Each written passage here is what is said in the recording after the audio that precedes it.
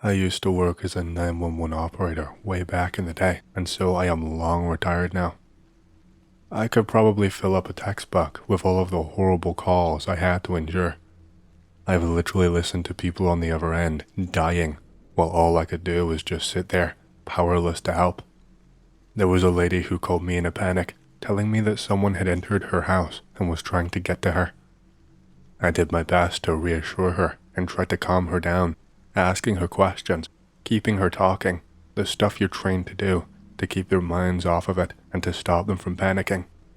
But she was just in such a panic, and all I got out of that call was a scream and the sounds of her being stabbed. I had to listen to her gargle blood and hear the last dying breaths escaping her mouth. There was nothing I could do. These calls still haunt me all these years later. I've had many disturbing calls, but to this day, the one I am going to tell you about is the only one I cannot explain whatsoever. The reason this is so hard to explain is that I actually have another perspective on this event. Just to give you the context early on, I was actually engaged to a fella who was working as a police officer in the same city as me. We met through the job, and one thing led to another, etc., etc. We ended up calling it off around 6 months after this call because, well, things just didn't work out between us. Stresses of the job made any kind of romantic life impossible. But because of this, I had the fortune, or misfortune, depending on your perspective, of his first-hand account of the scene, since he was one of the nearby cars that was dispatched to the address. Now, what I'm about to tell you is going to sound batshit insane, but I promise I am being serious, so please just stick with me. That day was way less busy than usual. I think I was working for around 16 hours that day, as we had a bunch of staff shortages, and also I could really use the money. It was around nighttime, and I got a call, and so I picked up and proceeded with protocol as usual. I barely got a chance to get a word out before this guy was rambling his address in one big breath and telling me to send help immediately. It was clear that this guy was really worked up and in a frenzy and really shaken by something he had seen. I dispatched officers to the scene immediately without even fully knowing the situation. There was a patrol already in the nearby area, like I said, maybe 10 minutes away at most. I told him this and did my best to try and calm him down. I asked him what the situation was, if he was in a safe place, and if not, to get himself there immediately and to bunker down and to not let anyone in until he hears the police. It took a while for me to get him to stop rambling and heavy breathing down the phone, but eventually he did. I told him that any information he could give me would be vital in ensuring that our officers could do their jobs.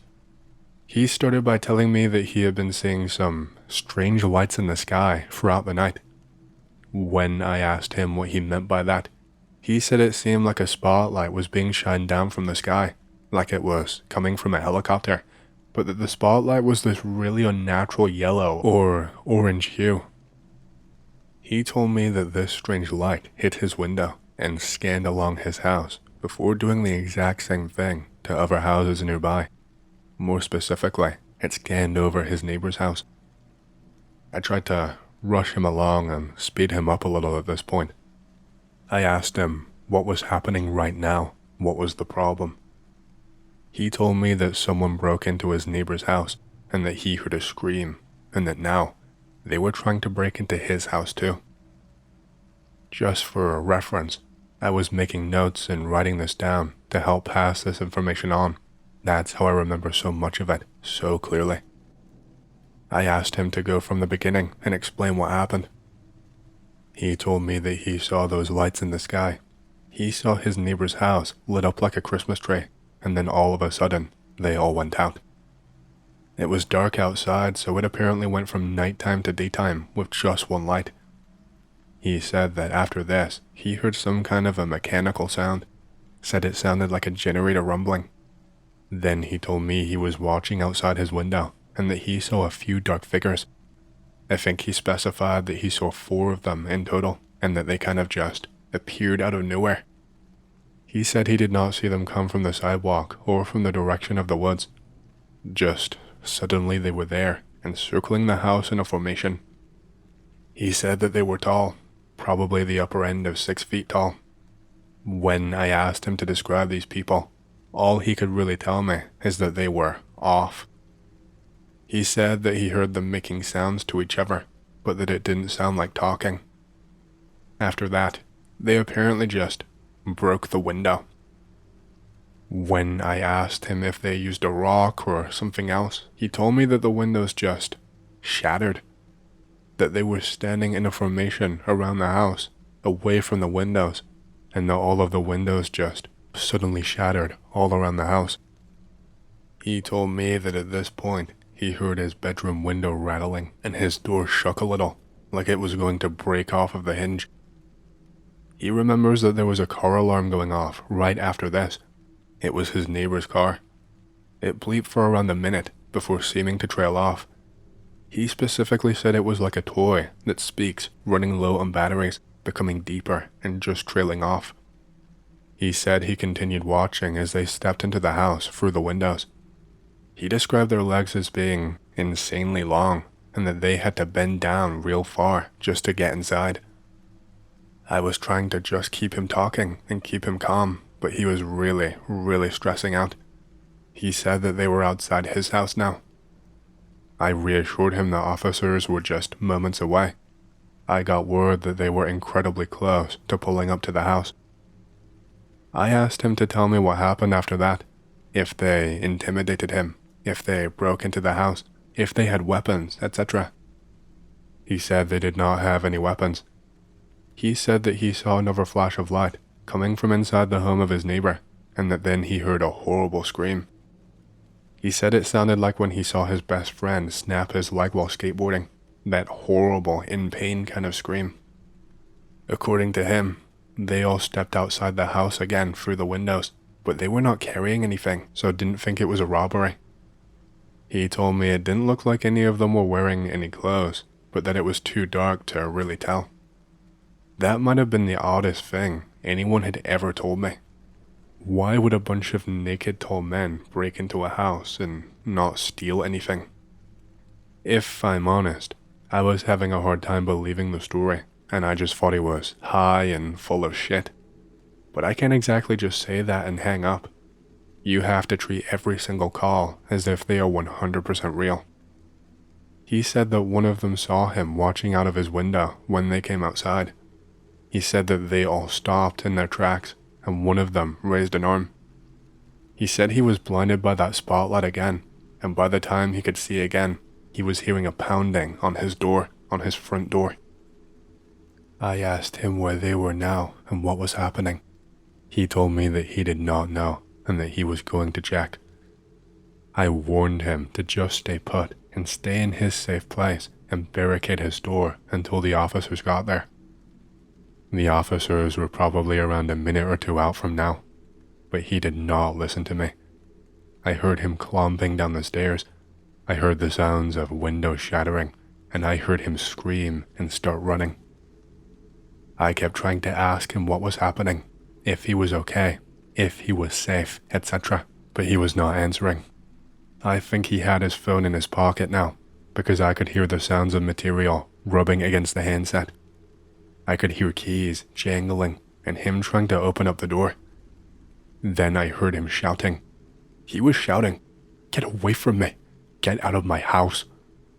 I was hearing some horrible sounds. Footsteps, obviously, but I could also hear what sounded like bugs chirping. It sounded like a grasshopper, like a ton of grasshoppers, but a little bit deeper than that, just all vibrating all at once. I was shouting for him to hang on, to get out of the house, that the officers were pulling up right now. I could hear the sirens on the phone. I heard him rifle into his pocket and pick up his phone, and he was shouting, "Fuck, they're coming towards me. Fuck." I could hear footsteps coming towards him, and he shouted, "What is wrong with their fucking faces? That isn't a person." I was trying to yell, to get him to stay calm, anything I could do at all.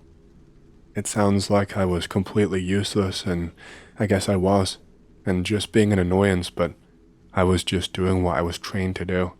That's all I could do. After I heard him shout, I heard one more noise before the call disconnected.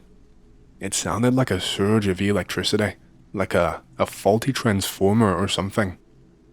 I heard that sound, and then there was a high-pitched squeal down the line, like a faulty electronic whine, and then the call was just over. I just had to sit there with my own thoughts. None of the responding officers got back for a few hours. They would not talk to me, none of them at all. I had to continue my shift for another couple of hours before I could get off. My fiancé had to stay until like 3 a.m. He was filling out forms and doing all sorts. I don't even know what. I'm going to tell you now what he told me from his perspective. It sounds unfucking believable, but knowing what I've heard and knowing how serious of a man that he is and how he doesn't get scared by anything, I have to say, I really believe him. I believe he was telling the truth. It took a while to get it all out of him. He seemed to doubt himself a lot on what he actually saw, and like he didn't really believe his own eyes. This is what he said to me. We arrived on the scene just shortly after you said the call disconnected. Luckily, there were much more officers in the area, so we had 2 cars pull up. The second car went through the front, while my partner and I swept around the back to try and figure out if the assailants had fled, and if so, where to. We weren't focused on the neighbor's house at this point. We had to deal with the active situation first. We couldn't spare anyone. We caught one of them leaving the house. He was tall, like you said. We had our guns up and were screaming for him to get on the ground. It was dark, so we still thought this was some kind of a naked weirdo at this point. But once we flicked on our flashlights, we realized it was not a human standing in front of us. I remember it had this yellowish skin, like it was jaundiced, and its legs were so long, it was like bow-legged. The legs were thin, incredibly thin. It was like a stick insect, and they bent. It was like it couldn't stand up fully straight.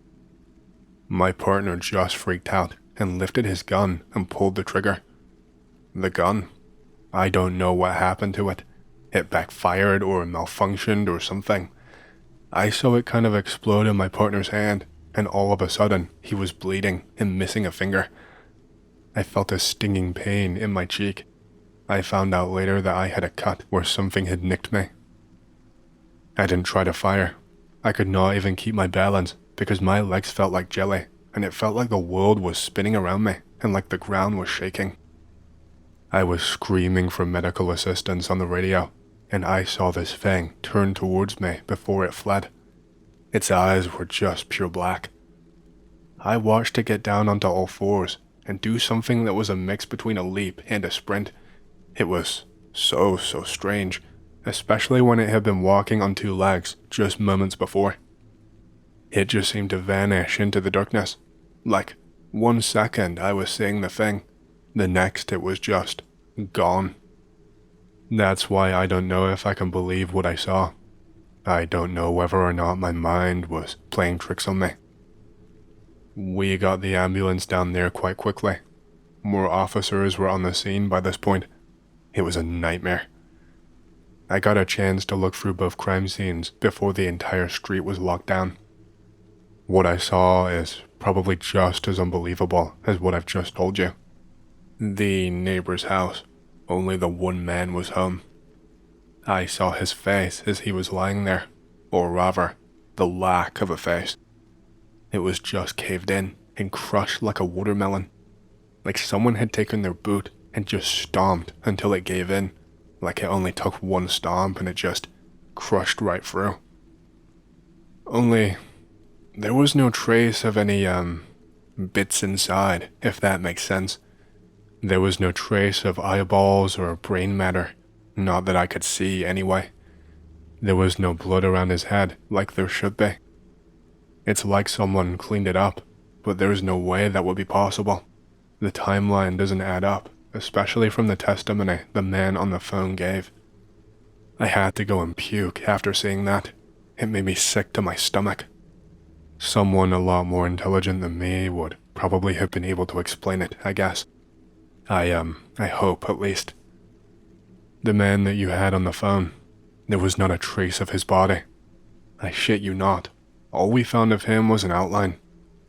There was an outline of his body imprinted into the wall and the floor. Like, it looked burned in, like with lasers. It looked like someone vaporized him on the spot, and the burns left an outline of the man. There were not any bone fragments or ash or a trace of anything else. It was the most bizarre thing I'd ever seen in my entire life. So, that was his testimony. We stopped talking a lot after that. We got into a lot of arguments each and every single day. He told me he was not allowed to talk about the case anymore. That really ticked me off. He started shutting me out and it was all downhill from there. I ended up packing up and moving to a different state entirely. He wouldn't have told me what he saw in the first place if I did not pester him. All I wanted was for him to talk to people who knew more than him and I. Even to a therapist to maybe just get some help. But he didn't want to at all. He thought I was trying to exploit the situation for 5 minutes of fame and an easy paycheck from freaks who didn't know any better. But that is not true. All I wanted and all I still want is just some answers. I want to know what went on that day. I've lived here my whole entire life and I know exactly what you mean. The Dakotas combined are nearly as big as Texas and have less than 2 million people between the two of them. Being out on the plains hunting or just alone in general is one of the loneliest experiences ever. There are a lot of creepy things that go on out there. Okay, as requested. This happened about 2 years ago in North Dakota when a friend and I were out deer hunting. It's a nice fall day. It's just a little bit chilly. My friend and I are hunting the area around my grandmother's farm in North Dakota. One of our favorite spots is this abandoned town / corporate farm headquarters nearby. It's a total of 7 buildings with a bank and a post office, a HQ, a general store, a livery, a blacksmith, and some houses. It's tucked back into a fairly wooded area at the edge of my grandma's land. I've got a 1903 Springfield that I borrowed from my uncle. My uncle has some 7mm single shot. We had problems with coyotes lately, so we've both also got handguns. Him a .38 and me a .45 LC. I think that's enough exposition. Let me move on to the actual story. We are moving through the woods quietly towards a blind that we've got set up overlooking a clearing where they usually bed down. It's late midday, the third blind of the day. Because it's approaching wintertime, the sun sets earlier up in the Northland. As we move through the trees, my friend says he thought he saw something off to our left, towards the buildings. We stop and scan the area and decide to see if the coyotes are living in one of the basements or something. We move up to the trees near the buildings. They are fairly overgrown, but the old road through the middle is still mostly clear. We see something moving inside the half-collapsed stable. My friend sights in on the building. I sling my rifle and draw my .45, creeping up the side of the nearest house. The thing moves again, and my friend yells fuck, and his gun thunders. I don't see what was in the building, but I hear this ungodly shriek. I freeze in place, and my friend shouts something like, "Holy shit, I think I just shot some homeless guy." He reloads, slings his gun, and comes over to me, .38 in hand. We exchange a look, and after a couple of seconds we sack up and go around the corner, guns up. What am I seeing? This big, and I mean big shape, is out in the trees about 25 yards away, and it's moving very, very quickly. I will be honest, I almost shit myself. My friend and I stop in place and quickly hash out our options. Suddenly we hear a voice almost exactly like my friend's shout amongst the trees. I tell him that we are going into the bank right now. We sprint down the street, through the doors of the old bank or whatever it is. There is a little teller's counter in the corner with bars over it. My friend busts down the door and we get inside. I draw a bead on the front door of the Springfield. He points the .38 at the door into the teller's area. It's fairly dark outside, and we've got a half-mile of thick woods between us and the truck. 5 minutes pass by. We decide that we are going to make a break for it while we still have some light. As we start to move, that shape comes through the door. It was very, very dark, so I could not see all that much, but it was about 6'6" or 6'7" in height. It was skinny in the waist, wide in the shoulders. It had the smallish head. I don't even think about it. My instinct kicks in, and I pull the trigger, and I instantly have tinnitus. My friend shoots 2.38 rounds at almost the same time. I hear that horrible, horrible screech once again. I am trying to work the bolt with my jello fingers as the thing turns around and books it out of the door. We go out the back and sprint through a half-mile of thickish woods like lightning. We dive into the truck and go 18 miles per hour down the road. We get back to the house, and my grandma asks what happened. I tell her we were at the old town by the slough. She looks at us and says, "Never ever go there at night. There is something wrong with that place." No shit, Grandma. The next day at 11 a.m., we went back, each of us with an AK and our handguns, and checked the stable and the bank. In the back of the stable, we found a pile of small animal bones, and in the bank we found some spots of pitch black liquid on the doorframe. I have not been back since, and no one in our family goes into that area at all. Screw that place. This happened about 10 years ago, and I don't know why, but this has come back to haunt me for some reason. Can any one of you please explain what is going on with me? This happened to me when I was around 10 years old. I'm a Mexican kid. I was on a school camping trip in a place called Los Azufres in the state of Michoacán. It's an amazing place. Everything was going well. At night, I was sharing a cabin with 4 other bros. We were staying up talking until around 11, but then because we had done lots of exercise during the day, everyone falls asleep. I have a watch given to me by my dead granddad on me at all times. I never take it off. It gets to around 3 a.m. I open my eyes and I try to move, but I can't. I am just really, really freaking out. The only thing I can move is my eyes. I'm trying to scream, but nothing comes out of my mouth. I move my eyes to the side, and I see a man standing there. He is very tall. He is wearing a hat and seems to be wearing a suit too.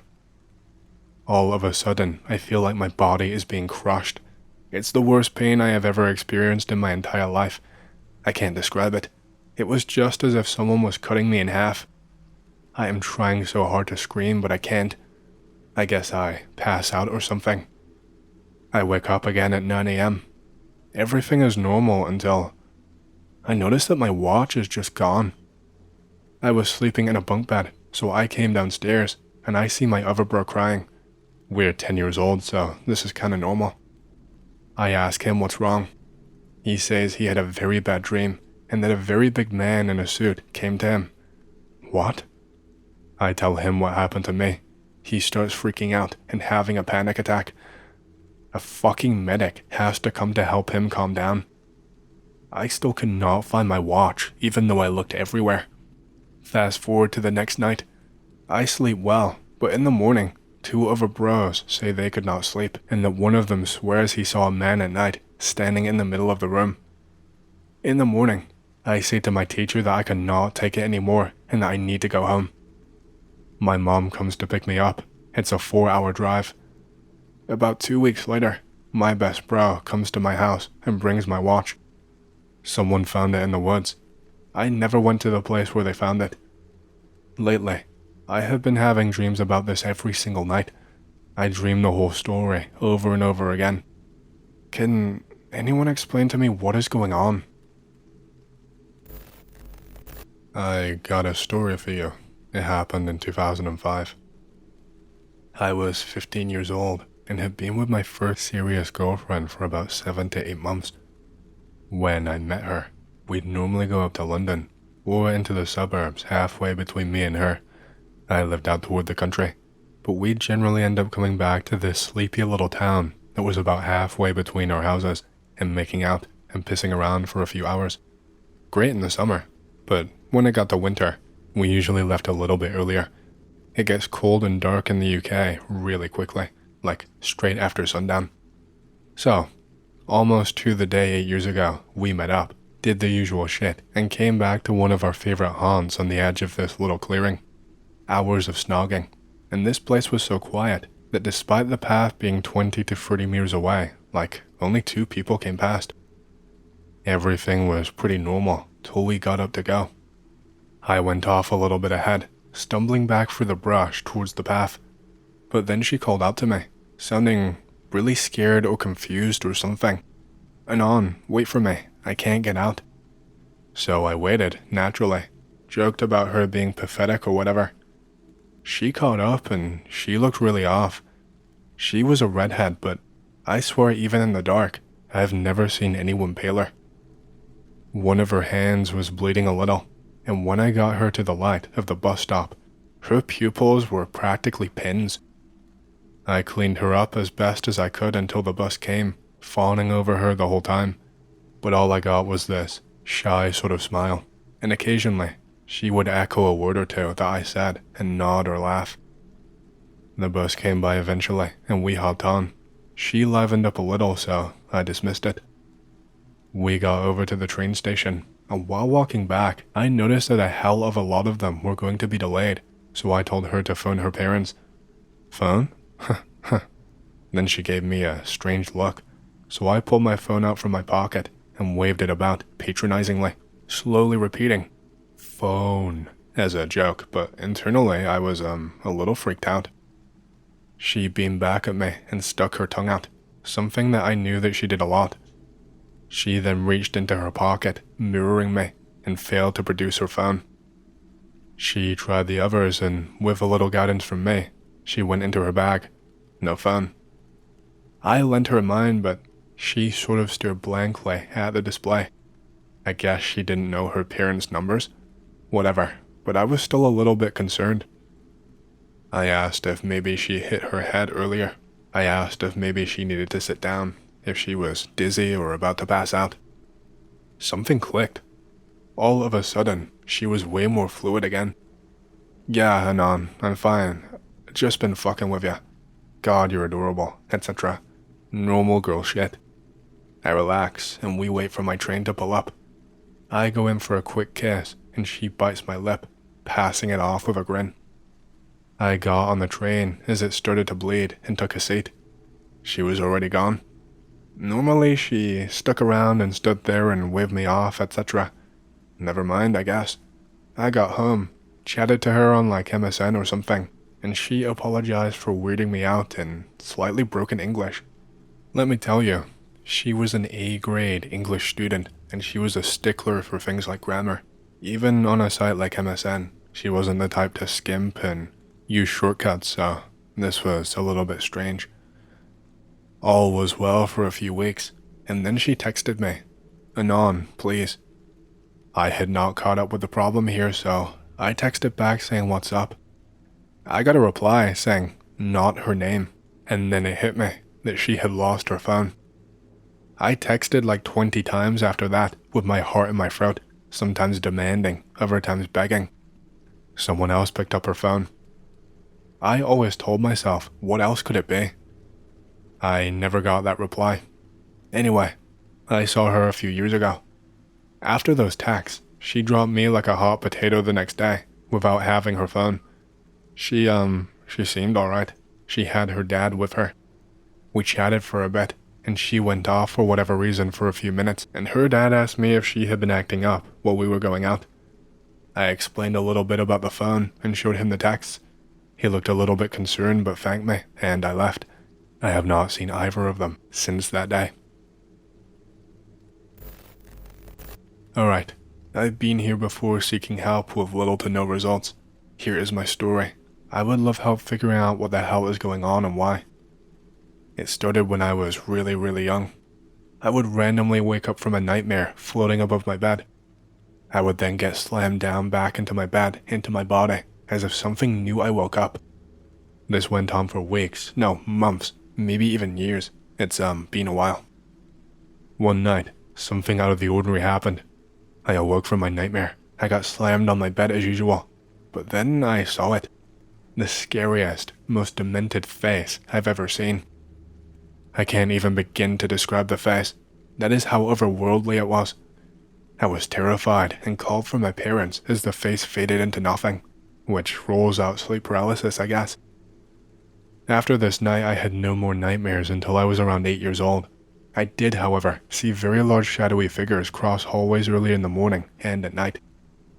At 8-ish, I had moved into my grandparents' house and started seeing more and more creepy things, and I also started having nightmares again. One night, about 3 months after the nightmares started back up, I saw the face again. Once again, I screamed for my parents as it faded back into black. This face was the most terrifying thing I have ever heard of or encountered or even thought of in my lifetime. The closest thing I can compare it to, and I know this sounds lame, but it was the demon from Insidious. After this, my nightmares did not stop until I was around 11 years old.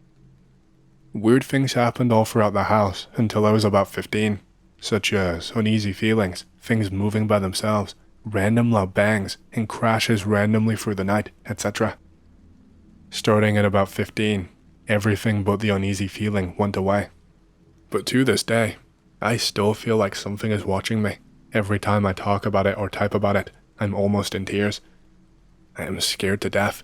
Somebody please help me figure out what the hell is going on in this house and why.